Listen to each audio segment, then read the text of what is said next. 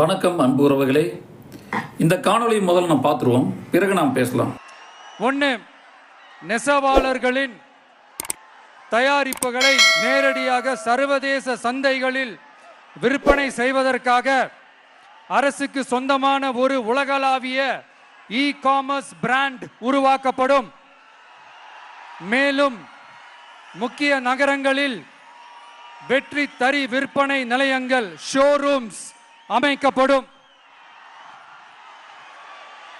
இரண்டாவது, நிலையற்ற நூல் விலை மற்றும் மின்சார நெருக்கடி சுமையை பகிர்ந்து கொள்ள கைத்தறி மற்றும் விசைத்தறி வைத்திருக்கும் ஒவ்வொரு நெசவாளர் குடும்பத்திற்கும் ஆண்டுக்கு 30,000 ரூபாய் வங்கி மூலம் நேரடியாக நமது டிவிக்கு அரசு வழங்கும்.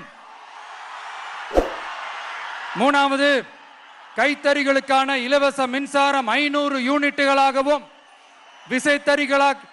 விசைத்தறிகளுக்கான இலவச மின்சாரம் 1500 யூனிட்டுகளாகவும் உயர்த்தப்படும். அடுத்தது, நெசவாளர்களின் உற்பத்தி செலவுகளை குறைப்பதற்காக அவர்கள் வழங்கும் நூல், சாயங்கள் மற்றும் ரசாயனங்களுக்கு நமது டிவிக்கு அரசால் 50% மானியம் வழங்கப்படும். அடுத்தது, நமது டிவிக்கு அரசில் அனைத்து நெசவாளர்களுக்கும் ரூபாய் 10 லட்சம் ஆயுள் காப்பீடு வழங்கப்படும். மேலும் நெசவாளர்களின் முதியோர் ஓய்வூதியம் மாதம் 3000 ரூபாயாக உயர்த்தப்படும். குறு சிறு மற்றும் நடுத்தர தொழில்களின் வளர்ச்சி, லட்சக்கணக்கான வேலை வாய்ப்புகளை உருவாக்குற துறையில ஒண்ணுதான் இந்த MSMEs. இந்தியாவிலேயே அதிகமான MSMEs இருக்கிற மாநிலங்கள்ல நம்ம தமிழ்நாடும் ஒண்ணு. ஆனா இப்படிப்பட்ட இந்த பெருமைக்கு இன்னும் மிக பெருமை சேர்த்தது யார் தெரியுமா? இந்தியாவிலேயே அதிகமான MSME நிறுவனங்கள் மூடப்பட்டதுல தமிழ்நாடு தான் 2வது மாநிலம். இந்த பெருமையை உண்டாக்குனது தான் திமுக ஆட்சியோட மிகப்பெரிய சாதனை. இப்போ இந்த குறு சிறு மற்றும் நடுத்தர தொழில்களோட வளர்ச்சிக்காக நம்ம டிவிக்கு அரசு என்னெல்லாம் செய்யும்னு கொஞ்சம் பார்க்கலாம். முதல்ல, நெருக்கடியில் உள்ள குறு சிறு மற்றும் நடுத்தர நிறுவனங்களுக்கு உதவுவதற்காக ரூபாய் 15,000 கோடி ஸ்டேட் கிரெடிட் கேரண்டி ஃபண்ட் உருவாக்கப்படும். இரண்டாவது, குறு சிறு மற்றும் நடுத்தர நிறுவனங்கள் மூடப்படுவதற்கான மிகப்பெரிய காரணங்களில் ஒன்று 400% மேல உயர்ந்துள்ள பீக் ஹவர்ஸ் மின் கட்டணம். இது குறிப்பாக ஜவுளி துறையில் உள்ள குறு சிறு மற்றும் நடுத்தர நிறுவனங்களை பாதித்துள்ளது. டிவிக்கு குறு சிறு மற்றும் நடுத்தர நிறுவனங்களுக்கான MSMEs இந்த பீக் ஹவர்ஸ் மின் கட்டணத்தை நமது டிவிக்கு அரசு நிறுத்தி வைக்கும். அடுத்தது, விரிவான ஆய்வுக்கு பிறகே மின் கட்டணத்தை முறைப்படுத்தும். மேலும் குறு சிறு மற்றும் நடுத்தர நிறுவனங்கள் அடுத்து வரும் 5 ஆண்டுகளுக்கு 100% மின்சார வரி விலக்கை பெறும்.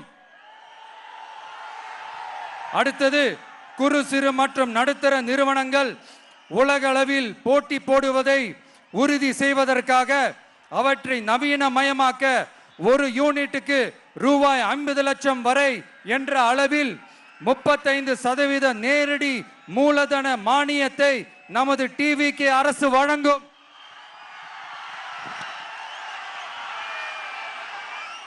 அடுத்து, உங்கள் பட்ஜெட் தொடர் நாங்கள் கண்டு கொண்டோம். 30,000 ரூபாய் வங்கியில் போட்டீங்களா? கைத்தறி நெசவாளர்களுக்கு 500 யூனிட் இலவசம் சொன்னீங்க, செஞ்சீங்களா? விசைத்தறி நெசவாளர்களுக்கு 1500 யூனிட் இலவசம் சொன்னீங்க, பண்ணிட்டீங்களா? நெசவாளர்களுக்கு உண்டான நூல் மற்றும் சாய செலவில் 50% மானியம் கொடுக்குறீங்க, பண்ணிட்டீங்களா? இ-காமர்ஸ் பிராண்ட் அப்படின்னு உருவாக்கி சர்வதேச சந்தையில் நமது பொருட்களை விற்கிறதுக்கு நீங்கள் ஏற்பாடு பண்ணுறேன்னு சொன்னீங்க, பண்ணிட்டீங்களா? வெற்றி தறி, அதாவது தறி நிலையங்கள் உருவாக்குன்னு சொல்கிறீங்க, அதுக்குண்டான முன்னெடுப்பு எடுத்தாச்சா? ரூபாய் 15,000 கோடி ஸ்டேட் கிரெடிட் ஃபண்ட் கொடுத்துட்டீங்களா? 400% பீக் ஹவர் மின் கட்டணம் இருக்குது, அதை நாங்கள் குறைக்கிறோம், 100% வரி விலக்கு கொடுக்க நீங்கள் கொடுத்துட்டீங்களா? 50 லட்சம் வரையிலும் வந்து நேரடி மூலதனத்தில் நீங்கள் பங்கீடு செய்யணும்னு சொன்னீங்க, செஞ்சீங்களா? காதில் தேன் வந்து பாயுது. வாக்குறுதி கொடுத்தா மட்டும் பத்தாது, காப்பாற்றணும். 2024-25 நிதியாண்டில் திருப்பூருடைய ஏற்றுமதி பொருட்களினுடைய வருமானம் எவ்வளோ தெரியுங்களா? 45,000 கோடி. 2025-26 அதே வருமானம் 42,000 கோடியாக குறைந்து விட்டது. 3,000 கோடி, அதாவது 6% குறைந்திருக்கிறது. இந்த நிலையை வந்து போக்கணும் அப்படின்னா நீங்கள் இங்கே இருக்கிற திருப்பூர் மக்களுக்கும் தொழிலாளர்களுக்கும் நிறுவன உரிமையாளர்களுக்கும் வந்து மின் கட்டணத்தை குறைச்சி கொடுக்கணும், பஞ்சு விலை குறைக்கிறதுக்கு ஏற்பாடு பண்ணணும். அதெல்லாம் பண்ணிக்கிறீங்களா? குறைந்தபட்சம் திருப்பூருடைய சுகாதாரத்தை காப்பாற்றுறதுக்கு உள்கட்டமைப்பு ஏதாவது பண்ணிக்கிறீங்களா? குப்பைகள் பூரா அப்படியே கிடக்குது. எந்த வீதியில் சுகாதார பணி அப்படிங்கிறது நடக்கிறதே கிடையாது. இங்கே இருக்கிற எம்எல்ஏ அவர்கள் வந்து அதை வந்து கவனிக்கிறதும் இல்லை. இப்போ பார்த்தா ரீல்ஸ் போகிறாங்களே தவிர ரூல்ஸ் ஃபாலோ பண்ணுறது கிடையாது. போய் பார்த்து எங்கெங்கே குப்பைகள் இருக்கிறத வந்து அள்ளுறது கிடையாது, ஒழுங்குபடுத்துறது கிடையாது. கோடை காலத்தில் போன வருடமே மிக கடினமான தண்ணீர் பற்றாக்குறை ஏற்பட்டது. அதுக்கு ஏதாவது நடவடிக்கை எடுக்கிறதுக்கு உண்டான பட்ஜெட்டில் இதை தெரிவிக்கிறீங்களா? இல்லை தெரிவிக்கல. குடிக்கிறதுக்கு ஏற்பாடு பண்ணிக்கிறீங்க, வீடு வீடாக குடிக்கிறதுக்கு உண்டான சரக்கு வந்து சேரும். குடிநீருக்கு என்ன பண்ணிக்கிறீங்க? இதெல்லாம் கேட்டால் நாங்கள்லாம் வந்து சமூக விரோதியுமே எங்களை பார்ப்பீங்க. இதெல்லாம் கருத்தில் வச்சு பேசுங்க முதல்வர்களே. திருப்பூரை வாழ வைக்கிறதுக்கு ஏதாவது ஏற்பாடு பண்ணுங்க. ரீல்ஸ் மட்டும் போட்டால் பத்தாது, மக்களுடைய வாழ்வாதாரம் முன்னுக்கு வரணும் என்று உங்களை பணிவோடு கேட்டுக்கொள்கிறேன். அதற்குண்டான வழிவகை செய்யுமாறு அன்போடு வேண்டுகிறேன். நன்றி, வணக்கம்.